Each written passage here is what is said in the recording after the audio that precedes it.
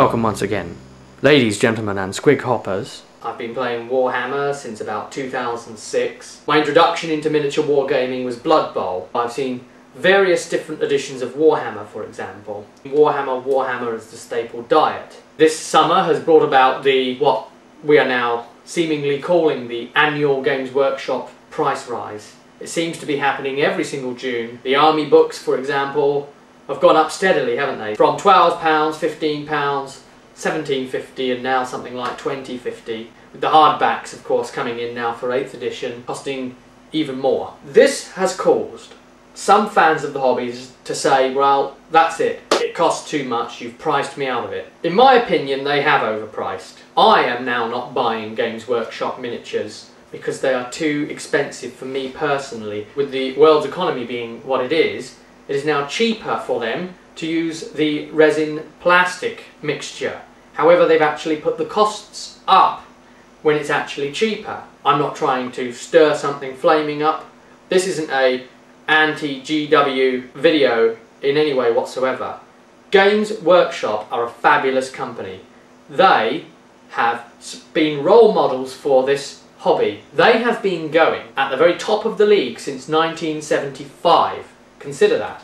Consider that they have led the way. They have inspired all of you to stay into wargaming. It needed a big player like that to be around to keep general interest up so that you have a chance of finding other friends, other hobbyists. If you didn't have anyone supporting miniature play whatsoever, then the hobby itself might die out and you might not even find an opponent, even for other games. I didn't know that there was any other hobby game out there other than Warhammer, Warhammer 40k, and the smaller offshoot Games Workshop games such as Mordheim and Blood Bowl and what have you. The only hobby centre that had anything like that in it was Games Workshop. We didn't have a local other gaming centre. By all means, do not abandon Games Workshop. They are the figureheads, the leaders of this industry. And they deserve to still play a massive, massive part.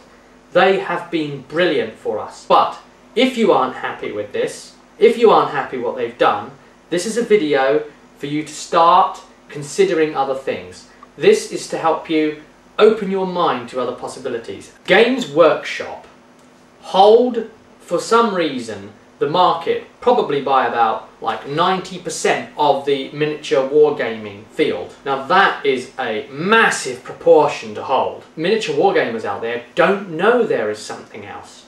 And I'm just here to tell you that there are lots of something elses. You need to get out there and find other games, and that is my challenge to you. Examine what else there is.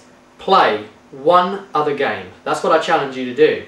If you are a miniature wargamer, go out, actively search what other games exist, pick one, try it. Now that doesn't mean make a huge financial investment. In fact, you'll probably find that the majority of them are cheaper than Games Workshop. All it means is go out, give it a go. In a lot of cases, some of these games you might be able to borrow a rulebook off of somebody or just buy the rulebook and use the models you already have as proxies and just give the system a try. If it's something like Mantic's Kings of War, they've currently got their rulebook free online. You could get hold of, for example, the Malifaux, which is a small skirmish-based miniatures battling game that uses tape measures, but it does away with using dice and uses a deck of cards instead. You shuffle back in to keep up the randomisation. You can cheat fate literally on your flips. Don't like that? Play something from your hand. It's like a card game and miniatures game. You might not know that things like this exist, but they do. There's a load of other games as well. I'm not going to go off on a massive list here and name them all. There's just a couple of examples of what I know as definite free rulebooks, for example. PDFs downloadable officially from the company. Carry on playing Warhammer if you wish. I probably will at some point, with the models I already own, because I own quite a lot of Warhammer. I'm going to vote with my wallet. The other companies that produce miniatures as well, even if it's just Warhammer you want to play, they offer alternatives in some cases. Give your money to these other companies. Level the playing field. Bring that 90% figure down.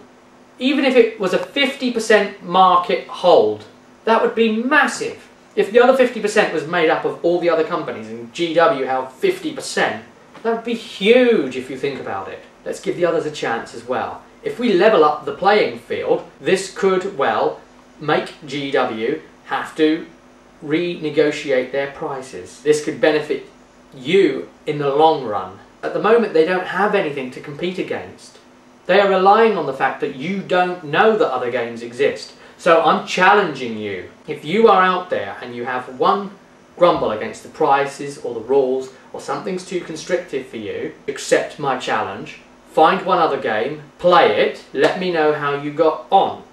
Now the other important thing you have to do is at ground level. If you find a small game and you love it, if you feel passionate about that game, it's your responsibility. Make it known to your friends, make it known to the local gaming groups, any groups you play in. Maybe try and volunteer and turn up for gaming shops or gaming expos. Write to the company, ask what you can do maybe as a volunteer. Create growth for that system. You can do it even online at forum level. Even if it's just a case of trying other games that sort of bridge the gap between board game and miniature wargaming. For example, Dwarf King's Hold, which I did an unboxing video of recently. Even if it's just something like that, self-contained games.